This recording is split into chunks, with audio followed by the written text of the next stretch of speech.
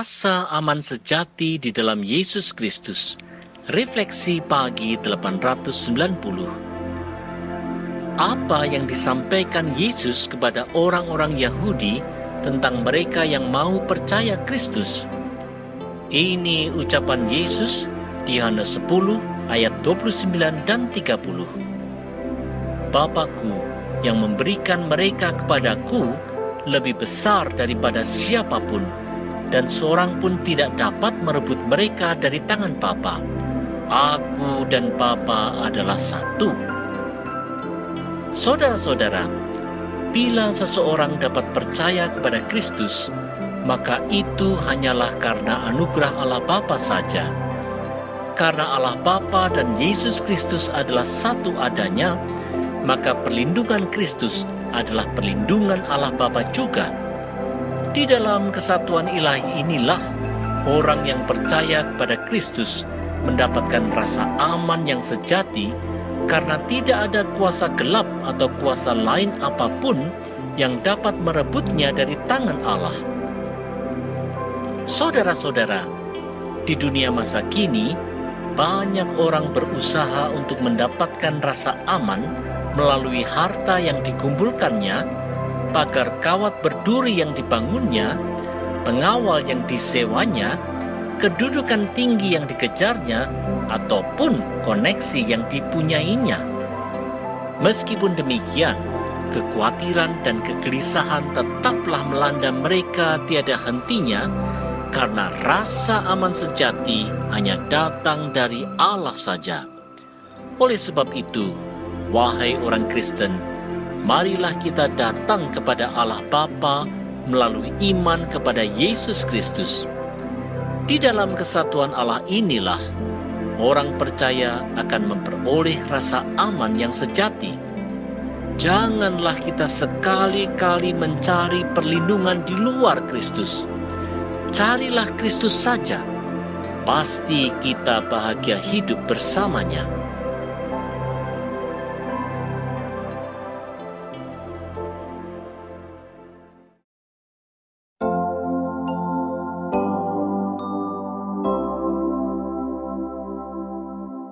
Tidak hanya karena sentimen agama. Refleksi pagi 891. Bagaimana tanggapan orang-orang Yahudi setelah mereka mendengar ajaran Yesus serta klaimnya bahwa Ia dan Bapa adalah satu? Mari lihat Yohanes 10 ayat 31 dan 32. Sekali lagi, orang-orang Yahudi mengambil batu untuk melempari Yesus. Kata Yesus kepada mereka, "Banyak pekerjaan baik yang berasal dari Bapa-Ku yang kuperlihatkan kepadamu. Pekerjaan manakah di antaranya yang menyebabkan kamu mau melempari Aku?" Saudara-saudara, 2 bulan sebelumnya, sewaktu perayaan Pondok Daun, Yesus hendak dirajam oleh orang Yahudi. Sekarang, pada perayaan pentahbisan Bait Allah, Yesus hendak dirajam pula. Ajaran dan klaim tentang keilahian Yesus selalu membuat orang Yahudi marah karena Yesus dianggap menista agama. Saudara-saudara, walaupun semua yang dilakukan Yesus Kristus itu adalah pekerjaan baik yang berasal dari Allah Bapa, kepicikan orang Yahudi yang merasa membela Allah dan merasa benar sendiri itu telah membutakan mata mereka.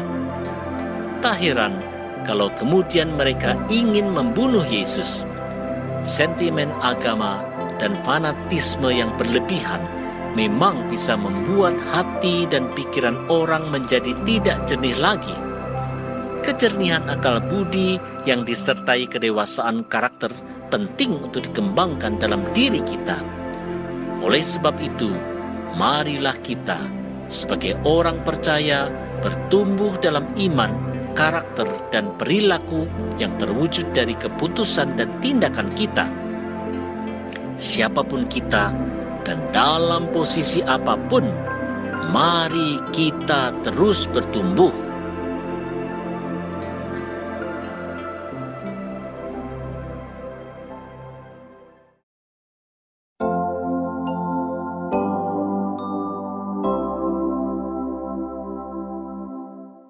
bukan hujat, tetapi kebenaran.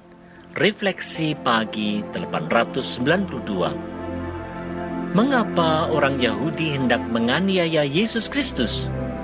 Yohanes 10 ayat 33 mengungkapkan alasan mereka.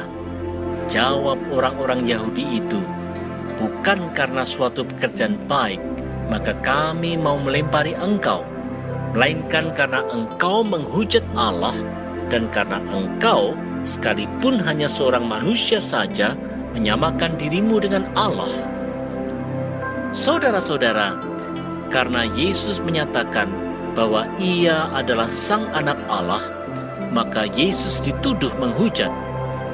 Hanya saja, karena klaim Yesus itu memang benar demikian, maka apa yang disampaikan Yesus itu bukanlah hujat, tetapi itu adalah sebuah kebenaran ilahi. Fanatisme agama yang berlebihan memang bisa menghambat orang untuk melihat kebenaran ilahi dalam Yesus Kristus. Saudara-saudara, secara tegas, Perjanjian Lama menyatakan bahwa manusia yang menyamakan diri dengan Allah adalah sebuah penghujatan. Orang itu telah berdosa di hadapan Allah. Tetapi, bagaimana kalau manusia yang menyatakan bahwa dia itu anak Allah memang benar-benar Allah? Tentu saja itu bukan hujat. Itu adalah sebuah pernyataan kebenaran. Karena Yesus Kristus memang anak Allah yang diutus Allah Bapa, bila ada orang yang mengatakan itu bohong dan hujat, justru itu melawan kebenaran. Oleh sebab itu, marilah kita menyatakan kebenaran dengan meyakini dan memproklamasikan bahwa Yesus Kristus adalah anak Allah yang harus disembah dan ditinggikan oleh semua orang. Inilah dasar utama iman Kristen.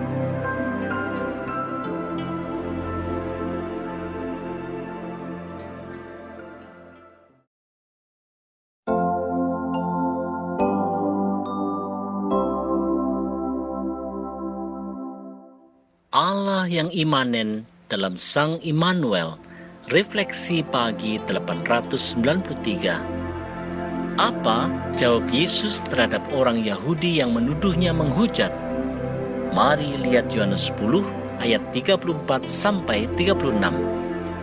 Kata Yesus kepada mereka, "Tidakkah ada tertulis dalam kitab Taurat kamu, Aku telah berfirman, kamu adalah Allah?" Jikalau mereka kepada siapa firman itu disampaikan disebut Allah, sedang kitab suci tidak dapat dibatalkan, masihkah kamu berkata kepada Dia yang dikuduskan oleh Bapa dan yang telah diutusnya ke dalam dunia, engkau menghujat Allah? Karena aku telah berkata, aku anak Allah. Saudara-saudara, melalui kutipan Mazmur 82 ayat 6, Yesus menunjukkan dari Perjanjian Lama bahwa Allah itu tidak cuma transenden yang nun jauh di sorga, tetapi Allah itu imanen, yaitu bersama dengan manusia yang berwujud dalam diri Yesus Kristus. Saudara-saudara, paradigma Allah yang imanen dalam diri Sang Immanuel, Yesus Kristus, adalah paradigma yang asing bagi orang Yahudi yang berpegang pada keyakinan bahwa Allah itu transenden. Yesus Kristus memang Allah yang beserta manusia. Dialah perwujudan Allah Bapa yang diutusnya ke dunia untuk menjalankan misi penebusan manusia. Inilah dasar keyakinan iman Kristen yang kita harus yakini sepenuhnya. Di tengah pluralitas pandangan di dunia ini, kita sebagai orang Kristen harus teguh dan tidak bimbang tentang kealahan Yesus Kristus. Banyak hal yang akan mencoba menggoyahkan iman kita. Tetapi marilah kita saling menguatkan dan saling mendorong untuk terus percaya pada Sang Immanuel, yaitu Sang Anak Allah.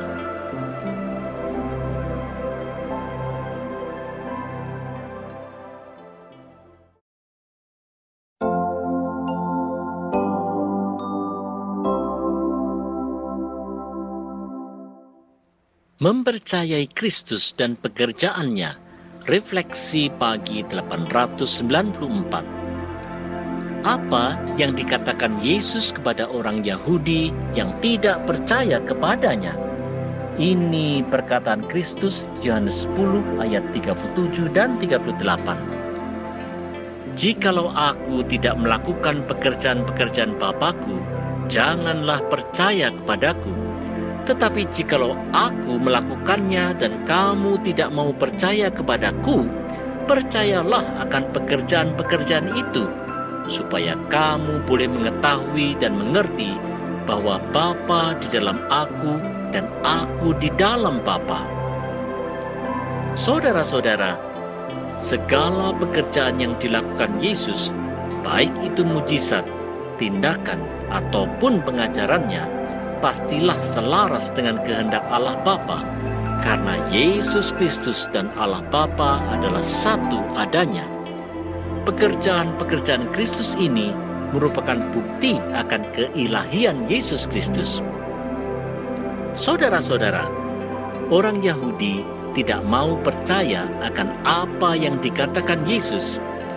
Meskipun demikian, segala pekerjaan yang telah dilakukan Yesus seharusnya dapat mengarahkan mereka untuk percaya Kristus bila mereka mau untuk melihat semua pekerjaan itu secara jernih. Sayangnya, pikiran mereka sudah diselimuti oleh berbagai prasangka negatif dan kebencian, sehingga apapun yang diperbuat Yesus pasti dianggap jahat. Tidak hanya di zaman Yesus, di zaman sekarang pun prasangka negatif dan kebencian telah membuat orang untuk menutup diri terhadap fakta kebenaran Kristus. Meskipun demikian, orang Kristen dipanggil untuk terus menyatakan kebenaran Kristus dalam segala pikiran dan perbuatannya. Ayolah.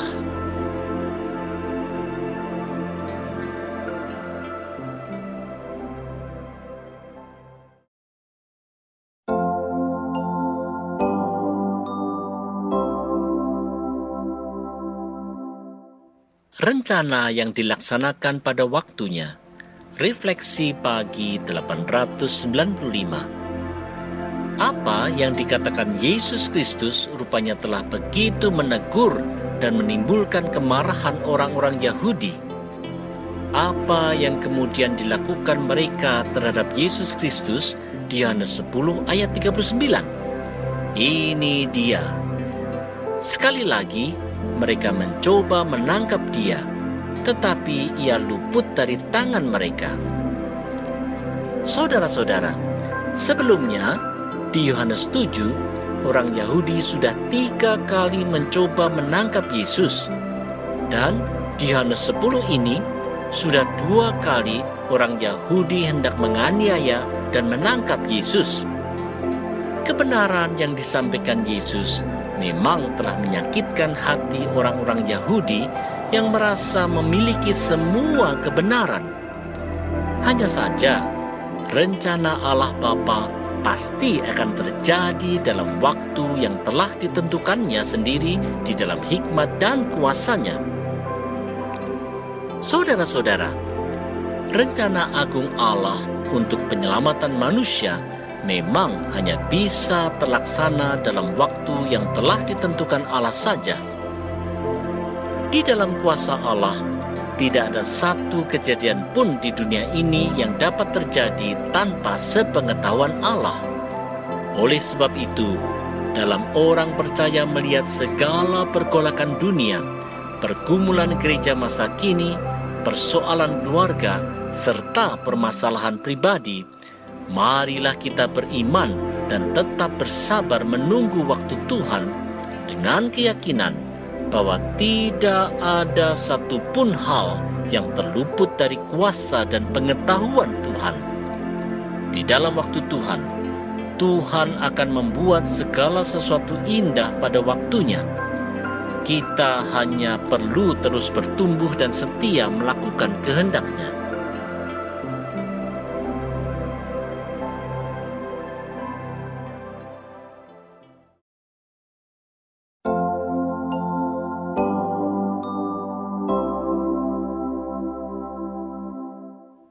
Yesus memang Sang Anak Allah.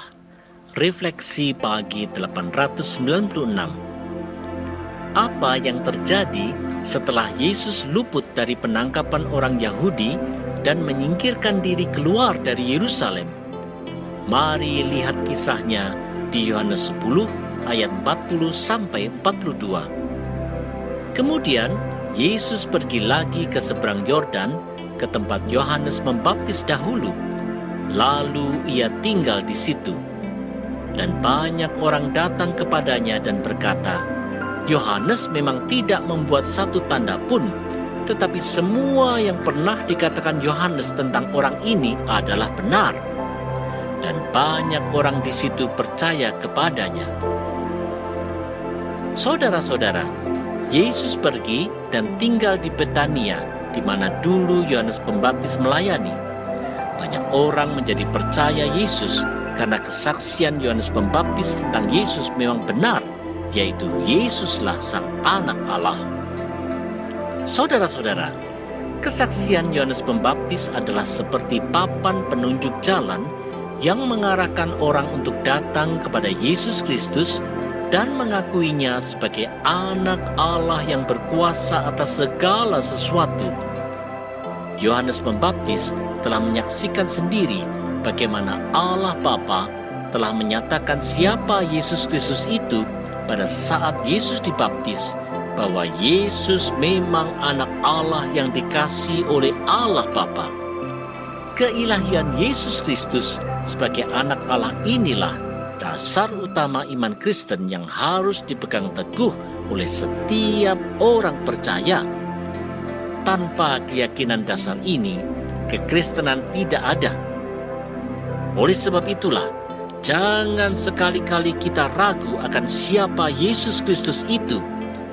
Ayolah kita percaya pada Kristus dengan segenap hati kita.